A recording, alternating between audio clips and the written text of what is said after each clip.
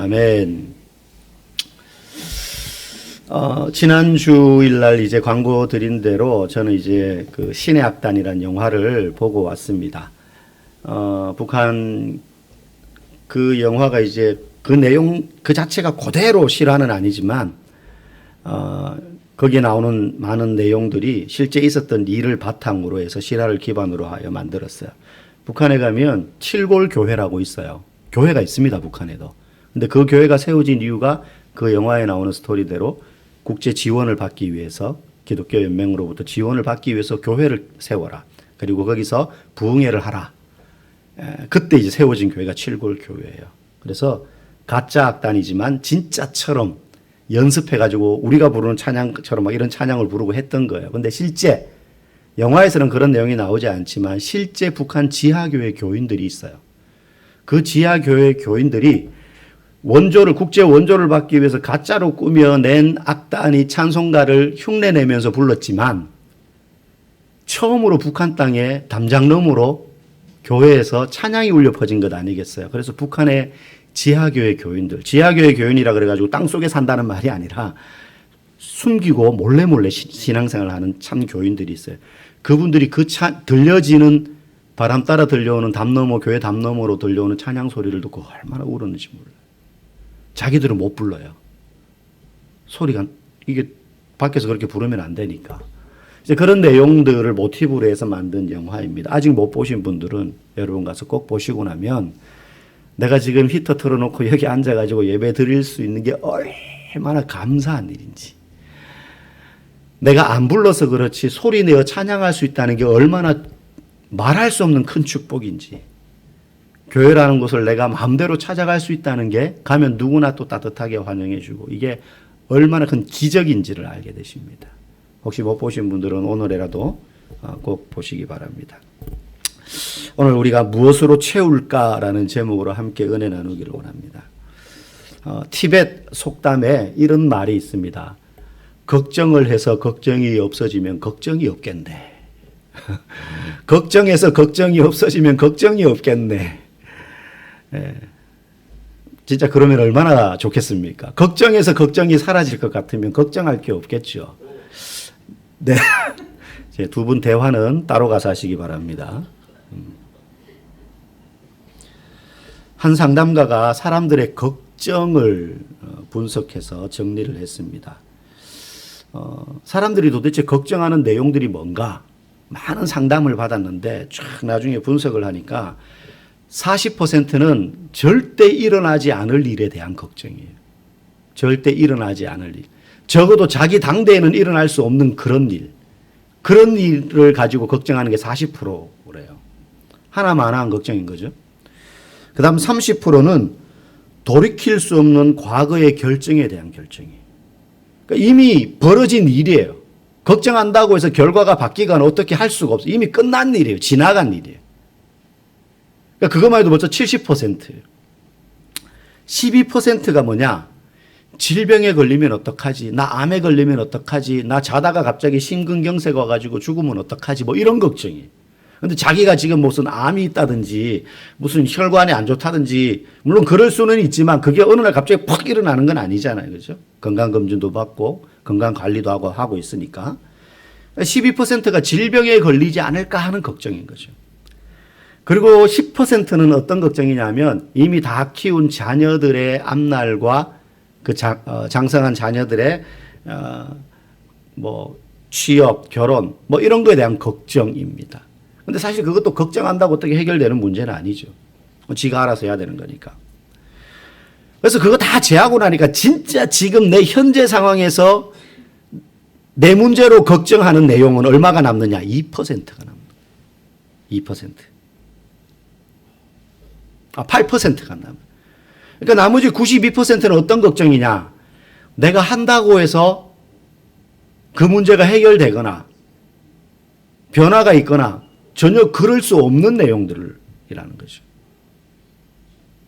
그러니까 실제 우리는 92%는 걱정한다고 해결되지 않는 걸 머리 위에 얹어놓고 사는 거예요.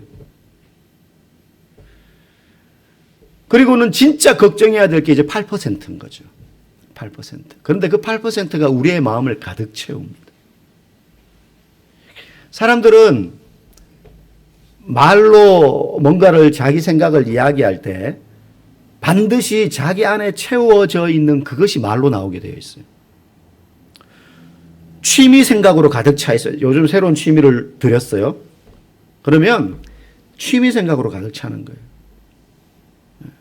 달리기에 취미를 들였다. 그러면 핸드폰을 봐도 인터넷을 해도 달리기와 관련된 영상만 보고 런닝화 찾아보고 그러는 거예요. 내가 골프에 취미를 들였다. 모든 게 골프로 보여요. 예전에 그 바둑에 취미를 들이거나 당구에 취미를 들이신 분들 보면 잘라고 누우면 천장에 바둑판이 그려지고 당구대가 딱 생겨가지고 허공에 공이 막 왔다 갔다 하는 길이 보인다 그러잖아요. 빠지면 그렇게 되는 거예요. 저도 이제 그 자전거 MTB에 취미를 오래전에 들였었는데 인터넷 카페에 들어가면 자전거 카페에 들어가서 막 회원 가입해가지고 정보 얻고 어떻게 하면 자전거를 잘 탈 수 있을까부터 시작해서 지나가는 자전거만 보면 저게 브랜드가 뭐고 저거는 얼마짜리고 쫙. 그래서 요즘도 저희 애들은 막 자전거복 입고 이거 헬멧 쓰고 쫙 이렇게 가는 사람들 보면 아빠 친구들이다 막 이렇게 이야기를 해요. 옛날에 제가 그러고 다녔거든요.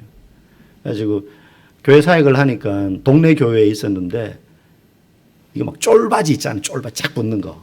약간 흉측합니다. 남이 보면. 내가 거울에 비친 내 모습을 봐도 이제 배는 볼록 나왔는데 쫄로 된 걸 입으니까 그러고 나서 이제 집에서 자전거를 끌고 나가려 그러면 그 교회는 동네 성도들이 다 살아요. 그래서 성도들을 피할 수가 없어요. 나가다 보면. 누군가를 만나도 반드시 만나. 그래서 완전 무장을 합니다. 싹 입고 쓰고 선글라스 쫙 끼고 요까지 다 가리고. 그래서 아무도 모르게 하고 절대 고개 안 들고 그렇게 동네를 빠져나. 그래도 자전거를 타고 싶으니까. 그 생각만 나니까. 돈에 관심 있는 사람은 돈 되는 일에만 쫓아다녀요. 여자가 마음속에 가득 찬 사람은요, 예쁜 여자만 보면 눈이 돌아갑니다. 여러분, 근데 아내분들 그거 아셔야 돼요. 남편분들이 같이 길을 가는데 예쁜 여자가 마주 오는데 눈을 흘깃하면서 쳐다봐요. 그럼 여러분 기분 나쁩니까? 좋습니까? 기분 나쁘죠, 아내분들. 그래서 옆구리를 쿡 찌르거나 하는데 그러지 마세요. 그거는 이 남자가 여자 막 생각에 가득 차가지고 보는 게 아니라 그거는 그냥 하나님이 그렇게 본능적으로 만들었어요. 예쁜 여자를 보면 눈이 돌아가게 돼 있는 건 자기 의지와 상관이 없어요. 안 따라가면 돼. 안 따라가면 돼요. 근데 보는 것까지 하려고 그러면 이거 신경을 통제를 할 수가 없잖아요. 그 정도는 좀 봐주되 만약에 고개를 막 한 90도 이상 고개가 꺾여진다. 그러면 이제 내버려 두면 안 되죠. 집에 가서 한바탕을 하든지 하게 되겠죠.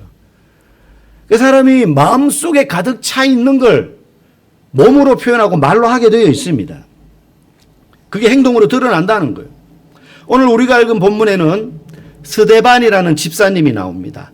지난주 본문에 과부들이 구제하는 문제 때문에 사도들이 전도하는 데 신경을 못 쓰고 말씀 가르치고 연구하는 일에 신경을 못 쓰다 보니까 그 일을 전담하는 7명의 집사를 세웠다 그랬습니다.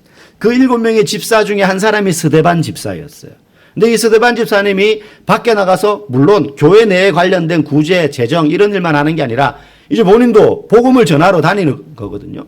복음을 전하는데 스데반이 복음을 전하는데 막 능력이 나타나는 거예요. 다른 사도들처럼. 막 병자가 나왔고 성령이 임하고 막 회개하는 사람이 생기고 막 그러는 거죠. 그래서 이게 소문이 퍼지면서 사람들이 그를 잡아다가 체포해서 공회에 세웁니다. 물론 거짓 증인들을 세웁니다. 왜? 이 사람이 해악을 끼친 일이 사실은 없거든요.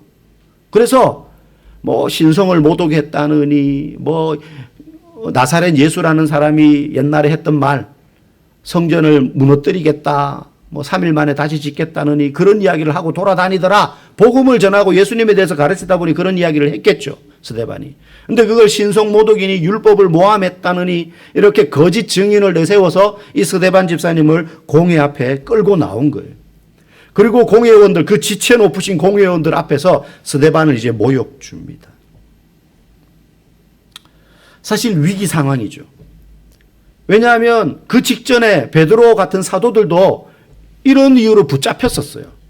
붙잡혀가지고 몇 번이나 위협을 받고 감옥에 갇혔었고, 그런데 천사를 보내셔서 하나님의 도움으로 기적적으로 감옥에서 풀려 나오기도 하고, 하지 말라고 했는데도 무릅쓰고 또 복음을 전하고, 뭐 이런 일들이 계속 있었거든요. 쌓여오는 거예요. 점점 초대교회의 소수의 기독교 무리들에 대한 세간의 호기심이 이제는 의심으로, 질투로, 분노로, 공격으로 바뀌고 있는 상황이에요. 그런 상황에 이 스데반 집사가 붙잡힌 겁니다. 스데반 집사님이 이런 위기 상황 가운데에도 숨어서 움츠러들지 않고 복음을 전하고 하나님의 나라를 이야기할 수 있었던 이유가 뭐냐? 이 집사님의 마음 가운데 충만하고 가득 채워져 있는 무엇 때문에 그랬다는 거예요. 아까 말씀드린 것처럼 사람은 자기 마음 속에 가득 차 있는 게 결국은 말로 나오게 되어 있다 그랬어요.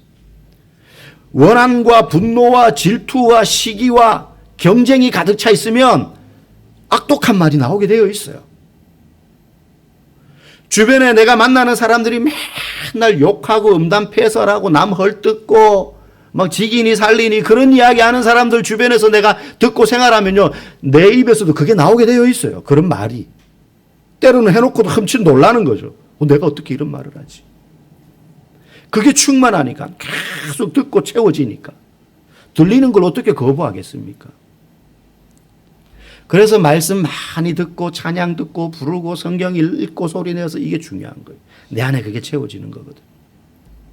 스데반 집사님이 그 위기 가운데에서 막 위협하고 엄포를 놓고 다시는 나가서 복음 전하지 마라. 가만히 안 두겠다.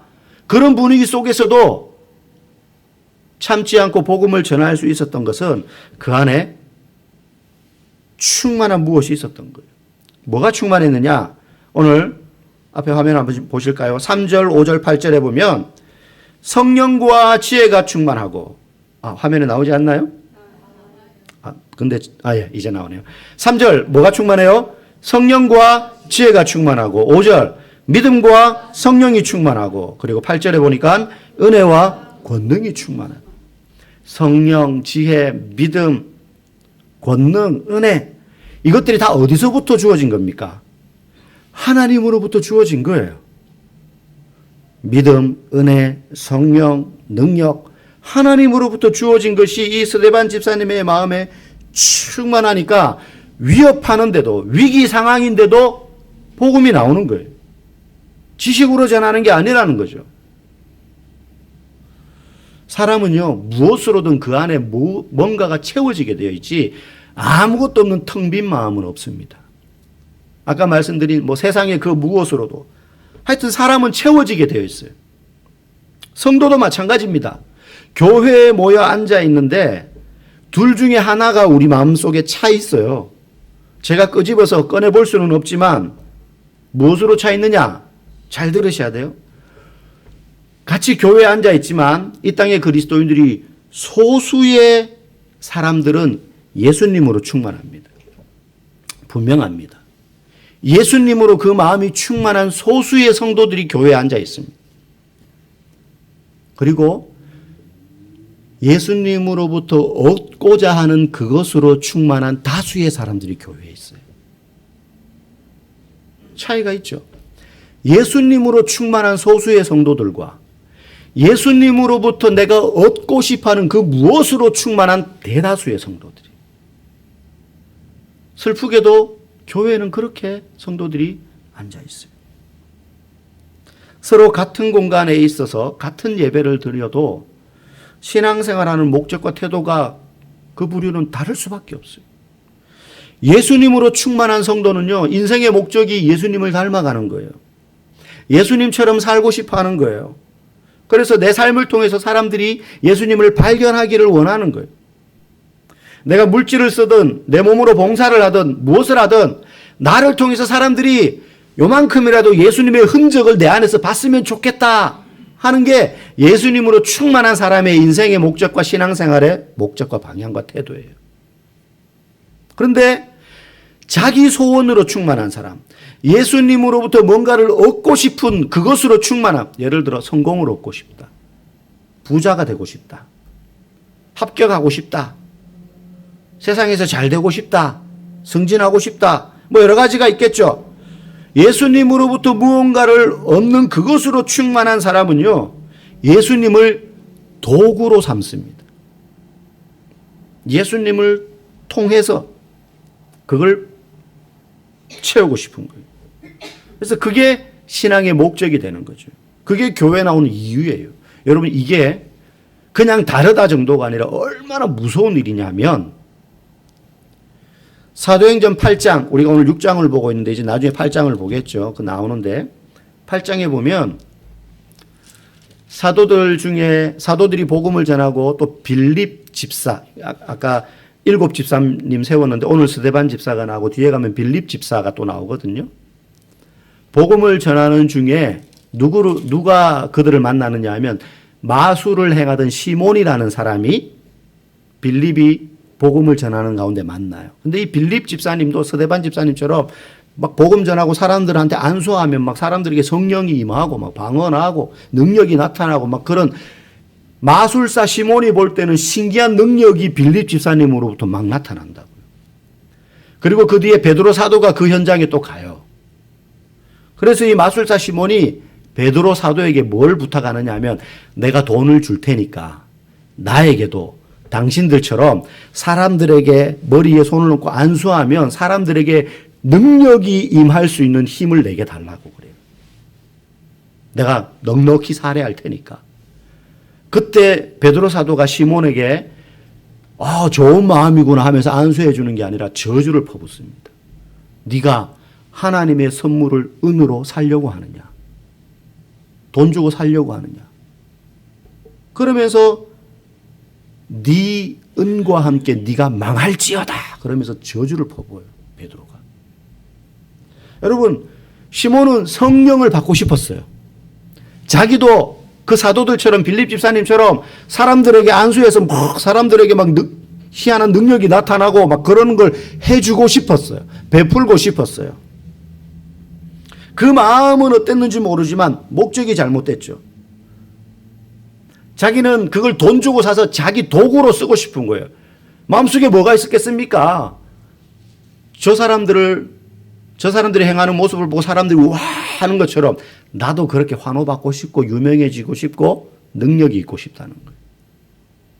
그래서 저주받은 거예요. 마찬가지로 돈을 많이 벌고 싶다는 생각 우리 마음속에 있습니다. 그거 나쁘지 않습니다. 저도 여러분들이 다 찢어지게 가난하게 살기를 원하지 않습니다. 여러분들이 돈 잘 벌었으면 좋겠어요. 여러분들이 빠짐없이 다 부자가 돼가지고 그걸로 헌금도 많이 하고 구제도 많이 하고 좋은 일 많이 하고 그렇게 살았으면 좋겠어요. 불편함 없이. 그런데 돈 많이 벌고 싶다는 생각 이전에 우리가 가져야 될 게 있어요. 이 돈을 누구를 위해 쓸 것인지 목적을 분명히 세워야 돼요. 이 돈을 벌어서 쓰되 어떻게 하면 하나님이 기뻐하실까를 먼저 고민하고 그에 따라 분명한 돈의 씀씀이를 정해야 돼요. 내가 필요로 하고 원하는데 다 쓰고 마지막 꼬다리 남는 거를 내가 하나님 앞에 드리려고 하는 게 아니라 먼저 하나님을 위해서 내가 이걸 쓰겠다. 월급 받았는데 그 돈의 쓰임새 저 끄트머리에도 하나님 앞에 헌금하는 게 없다. 다 나를 위해서만 쓰겠다. 그러면 그 성도가 무슨 생각으로 신앙생활을 하는지 목사도 아는데 하나님 모르시겠어요? 여러분의 마음속에 하나님을 위해서 살고자 하는 선한 성령의 생각으로 가득해서 그 생각이 실제 행동으로 드러날 수 있기를 주님의 이름으로 간절히 축복합니다. 성령이 충만하고 능력이 충만하고 은혜가 충만하다는 것은 기도를 유창하게 하고 막 방언을 하고 막 눈을 감고 기도했더니 환상이 보이고 이런 걸 말하는 게 아니라 내가 무엇을 하든 어떤 직업에서 어떤 자리에 있든 그 일이 하나님을 위한 일이 되기를 갈망하는 마음이 내 안에 가득 차 있는 걸 말하는 거예요. 이런 사람은 돈 많이 벌고 성공하고 자녀 번듯하게 키우는 것으로 인생의 만족과 목적을 삼는 사람에게 전혀 흥미를 느끼지 못합니다. 그게 그렇게 재미있는 일이 아닌 거예요. 가치 있고 의미 있는 일이긴 하나 그게 자신의 인생의 전부를 내어던질 만한 일이 될 수 없어요. 그리고 무슨 일을 하건 내가 성령 충만하고 은혜 충만해서 하나님을 위하여 내 삶을 드리겠다 하고 그렇게 인생의 목적을 삼고 경제활동을 하고 사회활동을 하고 인생을 살아가는 사람을 그저 돈 많이 벌고 자녀 잘 키우고 하는 것으로 인생의 만족을 삼는 사람은 절대 못 이깁니다. 오늘 스데반이 그렇게 복음을 전하는데요. 사람들이 이기지 못하더라 그래요. 왜? 성령과 지혜로 말하니까. 스데반을 감당하지 못하는 거예요. 많이 배워서가 아닙니다. 성령과 지혜로 충만하여 말하니까. 여러분, 부자가 되어서 넓은 집, 좋은 차, 큰 회사 들어가면 좋습니다. 저도 여러분들의 자녀들이 소위 스카이 갔으면 좋겠어요. 여러분들이 부자가 되었으면 좋겠어요. 다 잘 되길 빌어요. 그런데 그게 여러분의 인생의 목적이 되어서는 안 됩니다. 절대. 목적이 되어서는 안 됩니다. 여러분, 목사의 마음이 이럴진데 하나님이 우리를 볼 때 만약에 한 성도가 있는데 저 성도가 하나님 아시겠죠? 엄청 복을 받아서 부자가 되었어요. 그런데 그 삶이 하나님으로부터 멀어질 거라면 차라리 그를 하나님 앞으로 가까이 나오게 할 수 있다면 하나님은 망하게 하시기를 서슴없이 하실 수 있는 분이라는 사실 여러분 두려운 마음으로 들으시기 바랍니다. 제가 신학교 가가지고 그런 동역자들 많이 봤습니다. 나이 먹어서 오신 분들, 형님 진작에 오시지 왜 이제 왔어요? 그러면 다 그런 비슷한 사연을 어떻게 짠 듯이 다 이야기해요. 쉽게 말하면 결론은 잘 나가다가 목회 안 하려고 이리저리 뺀질거리다가 하나님한테 한 대 얻어맞고 왔다는 거예요. 그 얻어맞은 게 뭐 아파서 왔든 사업이 망해서 왔든 그렇게 왔어요. 희한하게 그런 사람들만 와요. 나중에 오신 분들 보니까. 하나님께서는 우리를 부자 되게 하시기를 원하고 우리가 건강하기를 원하시고 우리가 승리하기를 원하시고 잘 되기를 누구보다도 원하시고 기대하시지만 그게 우리의 인생의 예수 믿는 목적이 되기를 하나님은 절대 원하시지 않는다는 사실. 여러분, 하나님이 주시는 선물을 삶의 목적으로 삼지 말고 그 선물 주실 수 있는 하나님을 여러분 인생의 목적으로 삼으시기를 주의 이름으로 간절히 축복합니다. 마지막 우리 함께 말씀 나눌 때에 우리 안에 그런 무엇으로 충만해야 되는가? 이 스데반 집사님처럼 우리도 성령으로 충만해야 돼요. 성령으로 충만하다는 건 인생의 방향을 제대로 설정하는 겁니다. 여러분 중에 볼링 잘 치시는 분들 있죠? 아니면 나는 한 번도 100점을 넘긴 적이 없다 그런 분들이 있을 겁니다. 볼링장에 가면 저 앞에 핀이 10개 있고요. 볼링 레인이 이렇게 쭉 있으면 그 마룻바닥에 가만히 보면 공 던지는 그 위치에 동그라미가 마킹되어 있어요. 그리고 저 한 3분의 1 지점쯤 보면 삼각형이 마킹이 쫙 되어 있어요. 그게 그냥 마킹되어 있는 게 아닙니다. 그게 그 삼각형 무늬를 가이드 스팟이라 그러고 그리고 그 원형 동그라미를 에임 스팟이래요. 그게 왜 있느냐? 핀을 보지만 볼링을 잘 치는 사람들은 핀을 보고 던지는 게 아니고 그 스팟을 보고 던지는 거예요. 한번 가만히 생각해 보세요. 멀리 있는 걸 경상도 말로 전자가 던지는 것보다 가까이 있는 거를 겨누어서 던질 때에 가까이에 내가 원하는 대로 던질 확률이 더 높겠죠. 좀 멀리 있는 걸 보고 던지면 아무래도 어긋나기가 쉽지 않아요. 근데 가까이 있는 스팟을 보고 던지면 마치 거기 딱 공을 던지기가 쉽다고요. 그래서 거기 던지는 연습을 하면 공은 이제 자기 구질을 파악하고 난 다음에 던지면 그 스팟에 던지는 대로 들어가게 되어 있다는 거예요. 그래서 초보는 핀을 보고 고수는 그 스팟을 잘 활용한대요. 예. 저도 그걸 몰랐어요. 예. 여러분, 우리의 인생도 정확한 스팟에 맞춰져야 됩니다. 그 정확한 스팟이 어디예요? 예수님이죠. 근데 그 스팟을 향해서 우리가 제대로 공을 굴리려면 우리 안에 오만 잡다한 세상의 것으로 채워질 것이 아니라 우리의 생각과 마음이 성령으로 충만해져야 돼요. 그래야지 그 스팟인 예수님이 보여요. 우리 안에 성령이 아닌 다른 걸로 충만하면 예수님이 안 보입니다. 쫙 다 끄트머리가 있기 때문에 어디가 계신지 몰라요. 일주일 내내 살면서. 내 마음속 구석에 아무리 뒤져도 예수님이 나오지 않아요. 근데 성령으로 충만하면 뒤지면 예수님이 제일 먼저 나오는 거예요. 그러니 내가 하는 모든 일에 예수님을 위하여 내가 이걸 어떻게 쓸까? 내 시간을, 내 에너지를 어떻게 사용할까? 이 생각을 하게 되는 거죠. 예수님이 우리가 맞춰야 될 스팟이고 모델입니다. 여러분, 예수님이야말로 누구보다 열심히 기도하신 분이에요. 누구보다 열심히 하나님을 가장 사랑하신 분이에요. 예수님조차도 인간의 몸으로 이 땅에 오셔서 사역할 때 새벽 미명에 기도하셨어요.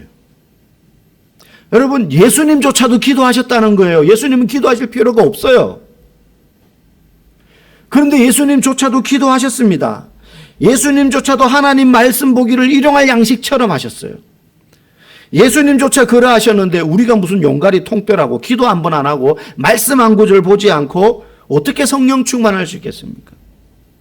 성령 충만하지 않으면서 어떻게 하나님이 기뻐하시는 일을 할 수 있겠습니까? 그런 생각조차도 못 하는데. 그러면서 어떻게 하나님께 필요한 것을 얻을 수 있겠습니까? 이게 다 연결되어 있는 거예요. 그러니까 앞에 게 없으면 내가 하나님 앞에 원하는 것을 아무리 구해도 하나님이 안 주십니다. 아무리 피를 토하며 기도해도 내가 성령 충만하지 않은데, 내가 기도하지 않는데, 내가 말씀 보지 않는데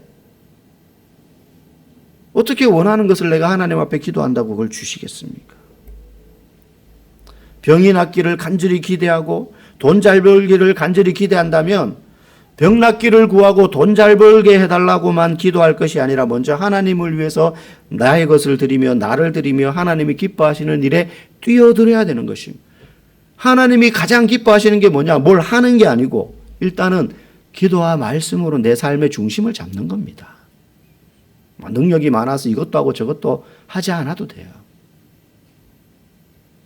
여러분, 오병이어의 기적, 떡 5덩이와 물고기 2마리로 수천 명을 먹이셨던 예수님의 그 기적 잘 아시죠?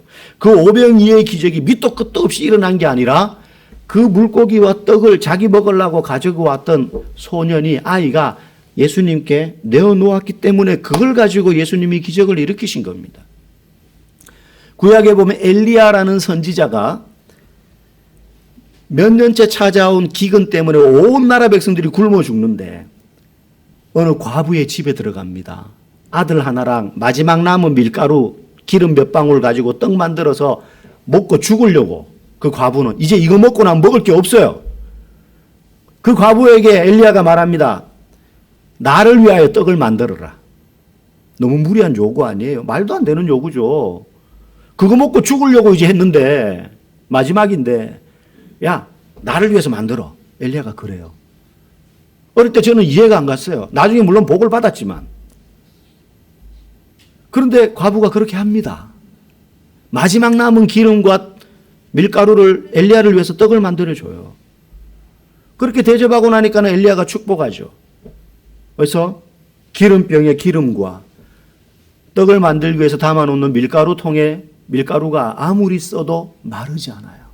퍼서 다 꺼냈는데 또 거기에 밀가루가 채워지고 기름을 썼는데 또 기름병에 기름이 채워지고 기근이 끝날 때까지 하나님이 그런 복을 그 과부의 집에 주셨어요. 예수님께서 자기의 신하의 중풍병을 고쳐달라고 로마의 백부장이 찾아옵니다. 그 로마의 백부장이 찾아왔을 때 원래 같으면 안 고쳐줄 거예요. 왜? 로마 군인이잖아요.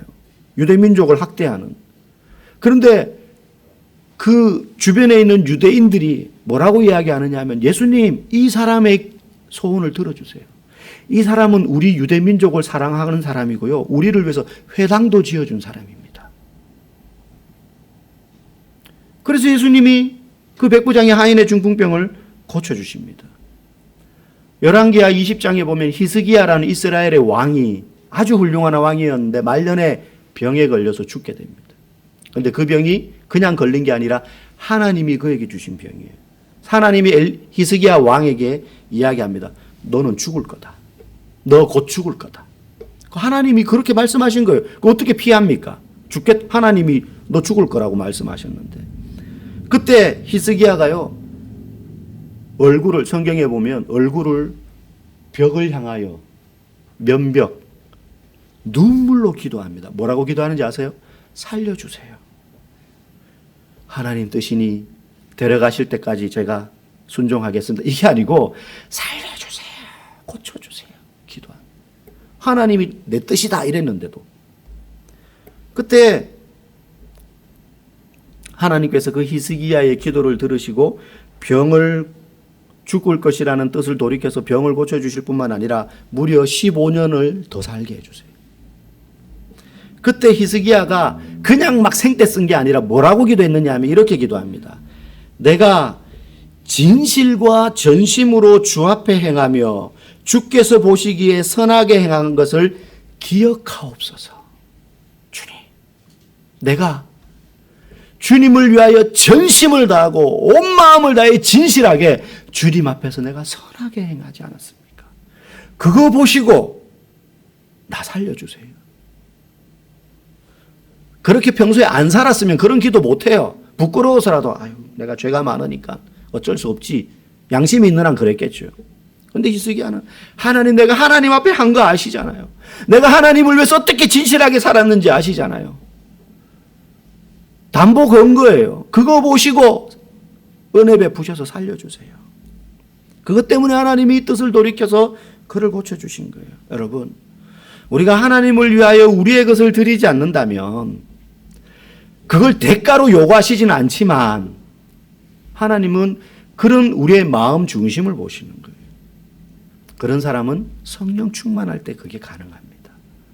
그 성령 충만은 작은 거, 소년이 드리는 그 물고기 몇 마리와 떡, 과부가 내어놓은 그 기름 몇 방울과 밀가루 조금, 히스기야가 간절히 부르짖었던 내가 하나님 앞에서 어떻게 살았는지 아시잖아요. 그 고백. 여러분의 기도와 말씀의 삶이 그런 하나님 앞에 드리는 오병이어요 기름과 밀가루가 되기를 원합니다.